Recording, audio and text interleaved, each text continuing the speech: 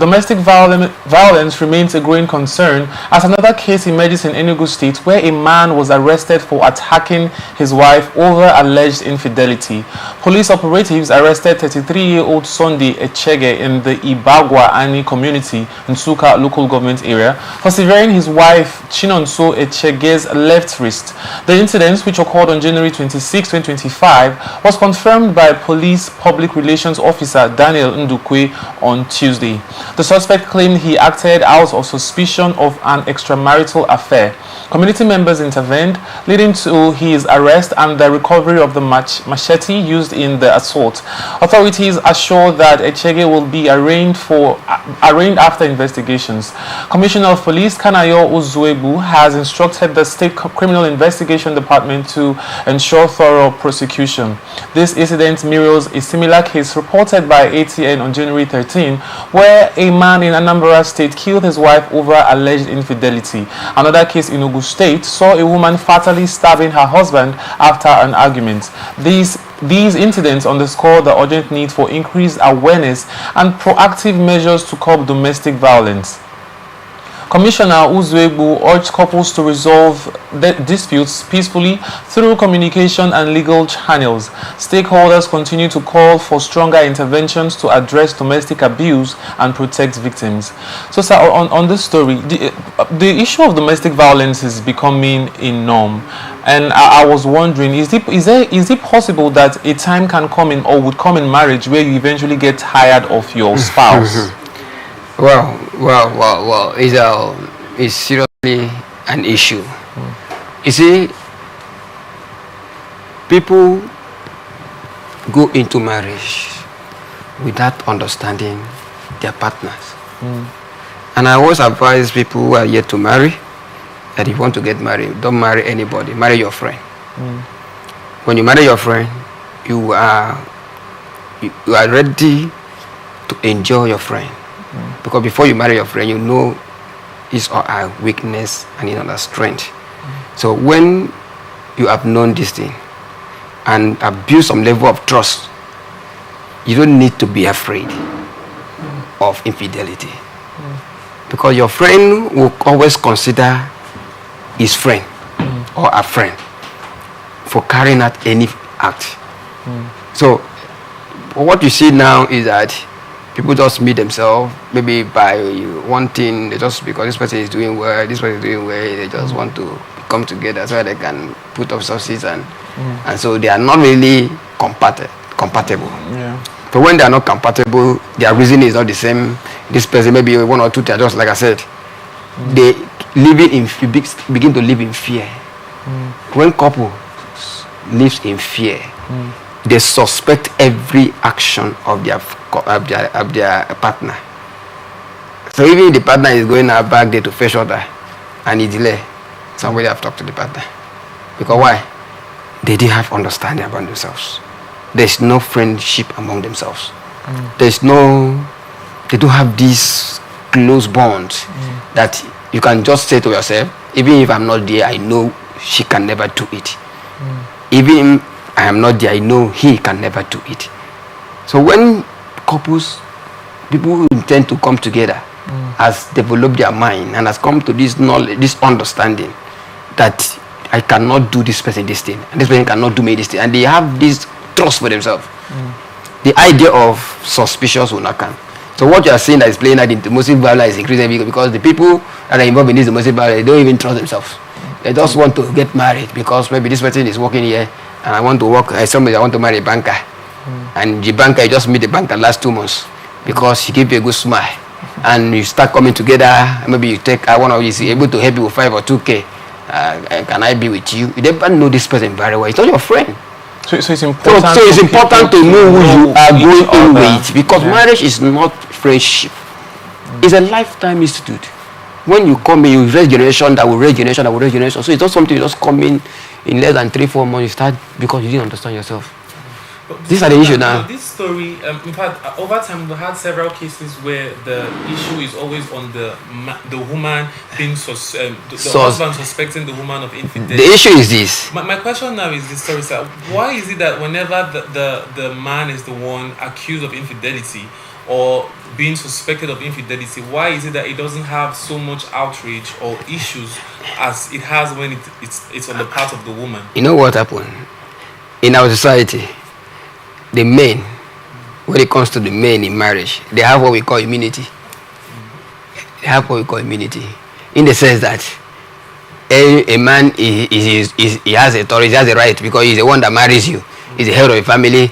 And in fact, you don't need to question him for his action. But the woman is like under close watch. And it's not supposed to be so. Why is it like that? Because from the beginning, they did see women, they see women as slaves. They see women as their property. When you see somebody as your property, you always want to investigate the person, activities, the person. But if you see somebody as your colleague, as your partner, you don't do that. So the reason why it's like that, because from time, this are narrative that women is the man's property, and so a man has to the man, the owner can freestyle, but this other person have no equal right. That is the reason why it's like that. So when the woman is involved, they say suspicious. They are not even. It's not even certain. Also now, he did that. Also, it's something you just thought. Maybe you suspect something you are not too sure. So. It's just like the one that caught the wife the right lips. It's wrong. And there was the other day we had that one poured fuel on the wife and then set her ablaze. It's actually she died. Jungle justice for what you do. So this kind of people need to be reminded somewhere where they will learn their lesson. I think the government should take drastic position for this kind of people. Because number one, if you are not mature, don't go into marriage. Yeah. Marriage is not something, it's not boyfriend and girlfriend. But is it also possible that there was a time that this marriage was sweet? Like the idea of marrying your friend. Every marriage has a time that is sweet. So you marry your friend as well. If you fail to have understanding for each other, you can go into business with somebody. You can sign a contract with somebody to do business. At a point in time, maybe something is coming at this other side, and this other person side that you sign contract with is not coming as expected. So the inflow is not equal at the both sides, not 50-50. There's a tendency for this one that is the inflow is higher to start seeing it yourself as the boss.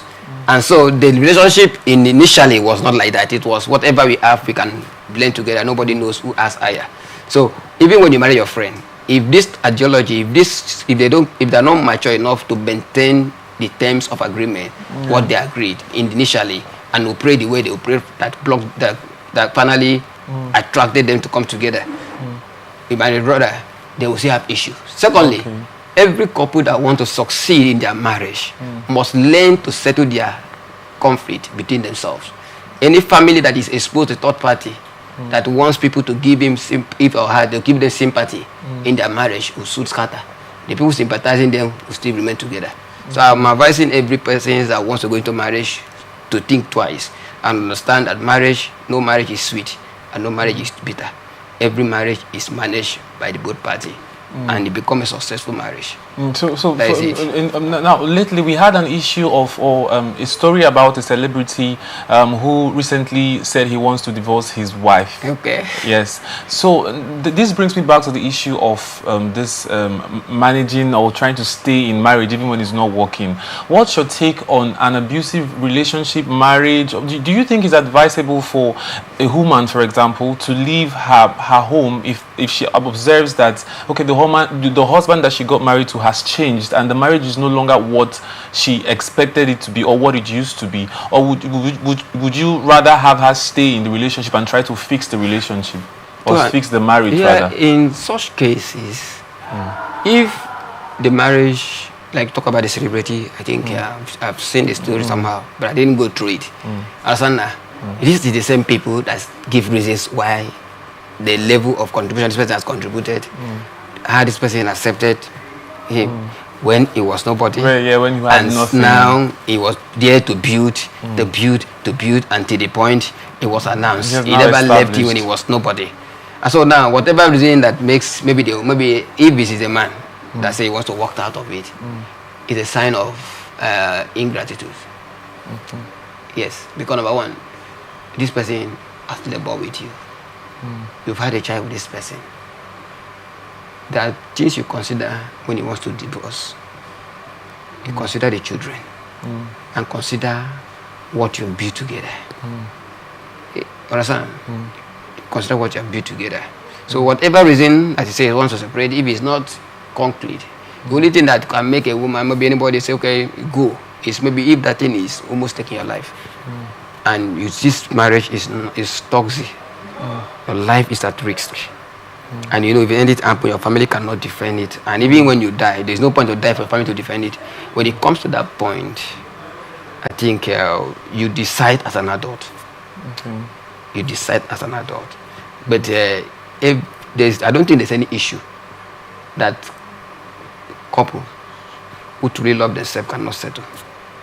If any issue that comes, except maybe sometimes, you know, it happens when maybe this person was not joining some gang group, whatever. But at the point in time, you start seeing the husband doing dirty things, maybe the husband start doing dirty things, joining some society that is not rightful, and you know that being in there, stopping, not if the person refuses to stop, are present in the house.